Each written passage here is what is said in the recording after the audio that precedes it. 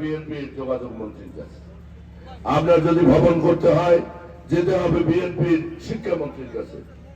আপনার যদি স্বাস্থ্য সেবা নিশ্চিত করতে হয় যেতে হবে বিএনপির স্বাস্থ্যমন্ত্রীর কাছে।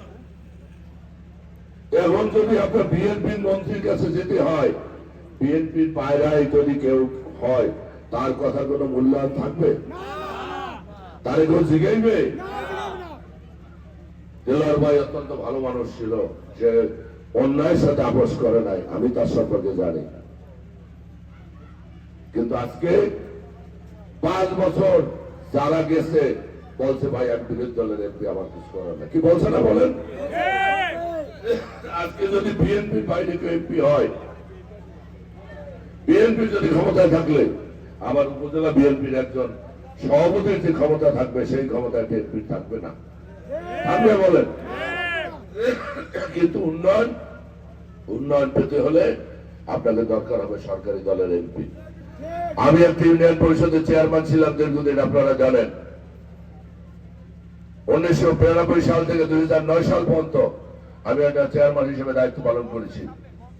একটা চেয়ারম্যানের পক্ষে অভূতপূর্ব উন্নয়ন করা সম্ভব না। চেয়ারম্যান 5 বছরে যে বরাদ্দ পায় তা দিয়ে 1 কিলোমিটার রাস্তা কার্পেটিং করতে পারে না।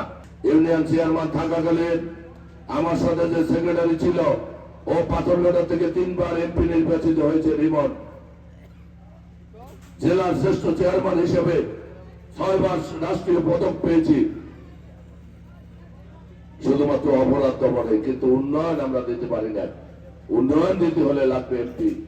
যেতে হবে মন্ত্রণালয়, মন্ত্রীর দরবারে যেতে হবে, প্রধানমন্ত্রীর কাছে যেতে হবে, বড় বড় এলজিডি, রোড এবং অন্যান্য যে সংস্থা আছে সেই সংস্থার চিফ ইঞ্জিনিয়ারের কাছে।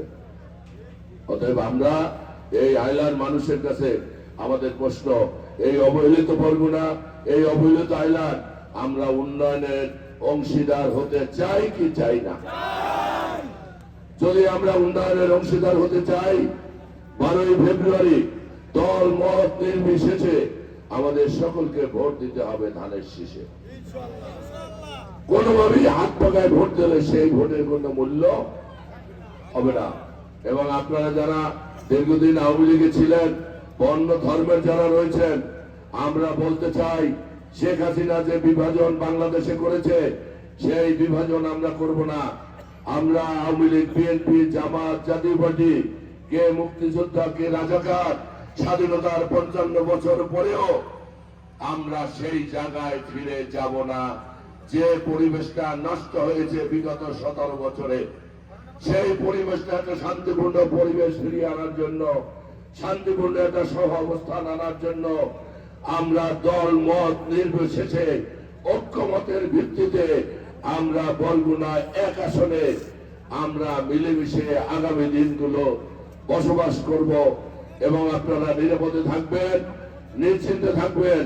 12ই ফেব্রুয়ারি পরে যাদের মামলা মোকদ্দমা আছে, মামলা মোকদ্দমা যারা জড়িত আছেন, যারা বিগত দিনে কোনো অপকর্মের সাথে জড়িত নয়, বিগত সরকারের কোনো আপনারা সুবিধাভোগী নয়, 12ই ফেব্রুয়ারির পরে সেই মামলাগুলি আপনাদের সকলকে প্রত্যাহার করে দেব ইনশাআল্লাহ।